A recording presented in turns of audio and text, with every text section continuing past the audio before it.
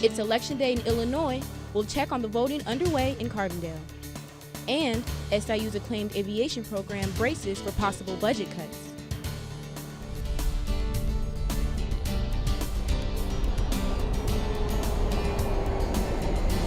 News from around the world, across the nation, and here in the River Region.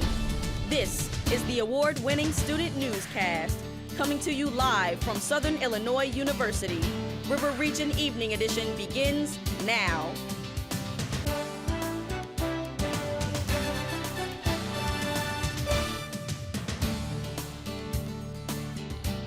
Kentucky Senator Rand Paul is now a presidential candidate. Good evening, I'm Zach Barrett. And I'm Robin Tinker. Thank you for joining us tonight.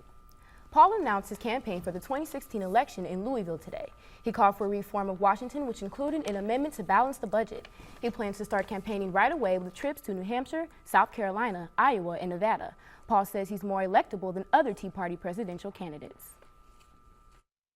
I have a vision for America.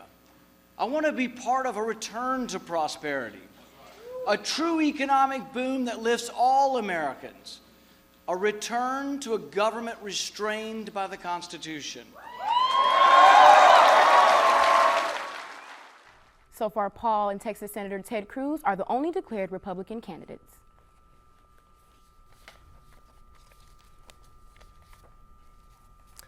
It's Election Day in Illinois, and Carbondale and several other cities' mayors are up for election. Locally, the votes for Jane Addams and John Henry will be counted once the polls close today at 7 p.m. Only a few voters were present when we checked in at Lentz Dining Hall on the SIU campus and at the Carbondale Civic Center. Voters we talked to hope the next mayor can help increase SIU enrollment and create a better environment for children. Polling places throughout Southern Illinois reported a low turnout.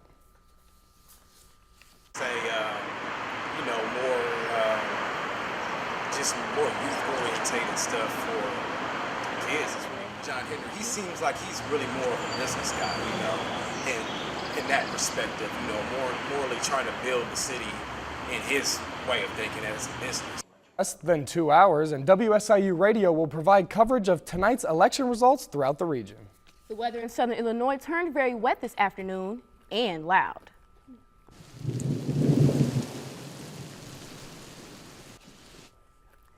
This is how the view on the SIU campus this afternoon in Carbondale and surrounding areas were under a severe thunderstorm warning for a while. Pea-sized hail fell outside our studios along with heavy rain and gusty winds. Several lightning strikes hit near Carbondale with loud thunderclaps. Ameren and Egyptian Electric both report several power outages in the area. Let's check in with weathercaster Courtney Bunting to find out what's ahead tonight. Yes, not only did we experience a lot of rain today, we're going to be experiencing more, and we just finished up a flood advisory at about 4:45, but that water is still collecting around the edges of the road, so be careful when you're driving. Also, we have a severe thunderstorm watch until 7 p.m. in our areas in Southern Illinois. These are the counties that are affected, so be very cautious if you are within those counties, and also if you're in the surrounding ones. Large hail and damaging winds possible should be most of what we're looking at, so there's definitely a chance for severe weather, and you should be on the lookout for that. Also for tonight, a low of 64 degrees, and morning and midday tomorrow, as you can see, those storm chances are sticking around. So be very vigilant. Make sure that you have your precautions ready whenever those thunderstorms do roll around in the area, and I'll have more details on exactly how that will be affecting us and when it will let up in my full forecast. A trial for the man accused making numerous threats to SIU's Carbondale campus has been delayed.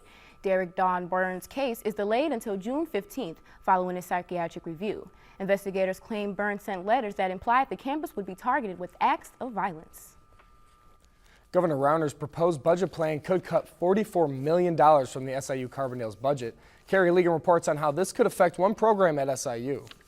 Several programs throughout the state of Illinois are facing the threat of budget cuts. The SIU Aviation Department is no different. But what would cutting the budget actually mean for the aviation program?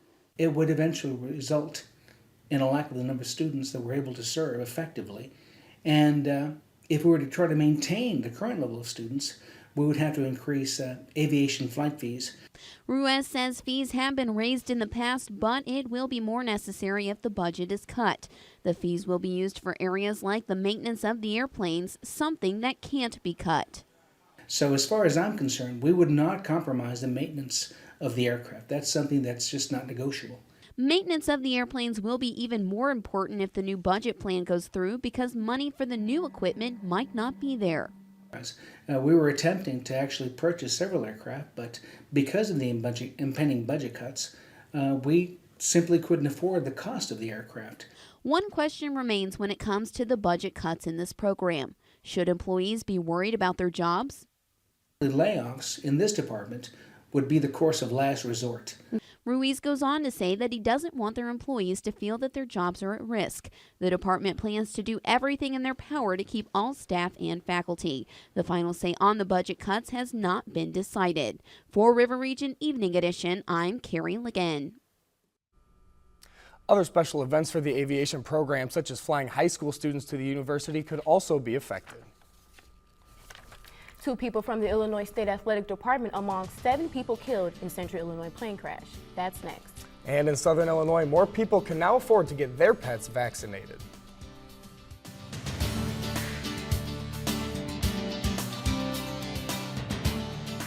A private plane returning from the NCAA basketball tournament crashed in Southern Illinois, killing all 7 people on board.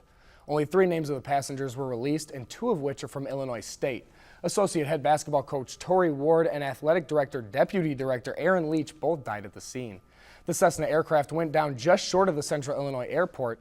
The National Transportation Safety Board is investigating, but there is no word on the cause of the crash. The nation's capital was without power for a while this afternoon when a power transfer line exploded in Maryland.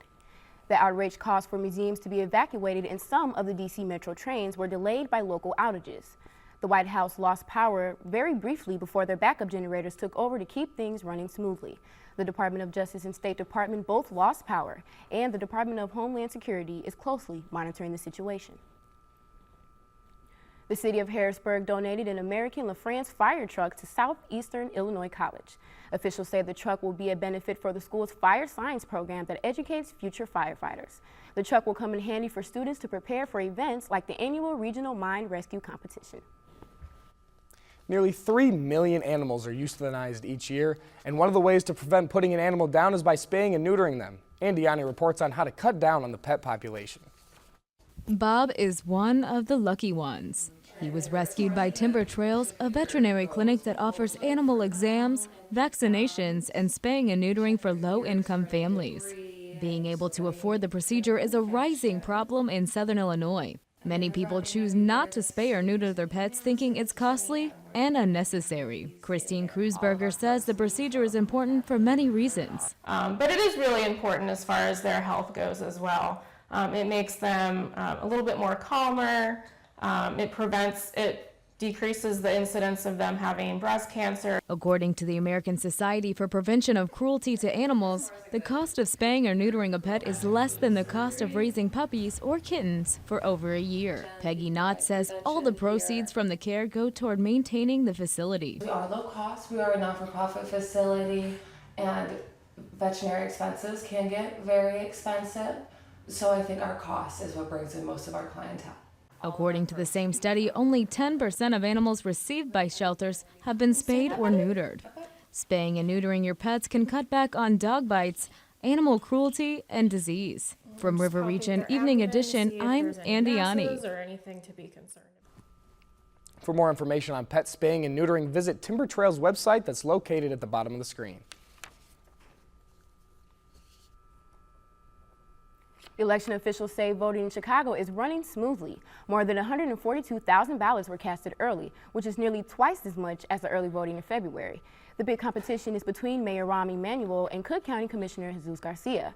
However, election officials are investigating complaints that a large inflatable Uncle Sam was supporting Emanuel was too close to the polling place. After weeks of testimony, jurors began today with deliberations on the trial of Johar Tsarnaev. The accused Boston Marathon bomber faces life in prison or the death penalty. Prosecutors played a video that showed a scene after the bomb exploded. A blast killed a 23-year-old and ripped the leg off of an 8-year-old boy. Bomb survivors and victims' family members comfort one another in court. If Tsarnaev is found guilty of at least 17 capital counts, the trial will proceed to a second phase. Charges have been dropped against the Chicago Uber driver accused of sexually assaulting one of his passengers. A recording by the driver proved that the sex between him and his passenger was consensual. He was arrested and charged in December after the woman called police and claimed that she was attacked on the way to the bar. Prosecutors haven't said if the woman will face charges. Well, it looks like the rain and thunderstorms are going to continue all week for us. Yep. Stocks dropped only a few points today. Stick around for the nightly business report after the newscast.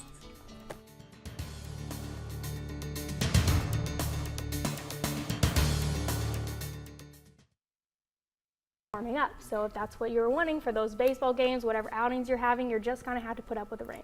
So we shouldn't put our rain stuff away just yet. No, don't put it away. Keep it out. It's good news if you like thunderstorms. Yeah, right? it's great news. All right, thank you, Courtney.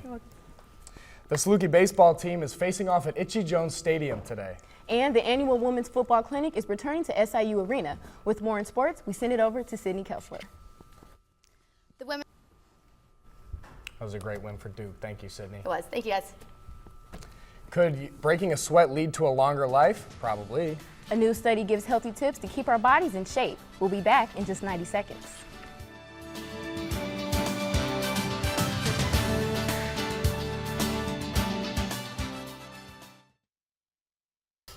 Go. And now Courtney gives us a quick recap of weather. Well, yeah, we're definitely looking at a possible severe weather watch for until 7 p.m. tonight, and some thunderstorms throughout the rest of the week, but some clearing on Saturday and throughout early next week. We're also looking at thunderstorms, so definitely be staying inside. Be cautious about those if you're planning any outings. But yeah, we're bringing in those Mayflowers. So not a warning, but a watch. Watch. Awesome. Thank you, Courtney. And thank you for joining us tonight. Follow us on Facebook and Twitter at River Region News. I'm Zach Barrett. And I'm Robin Tinker for Courtney Bunny and Sydney Kessler and more than 100 students who work on Evening Edition. Good night.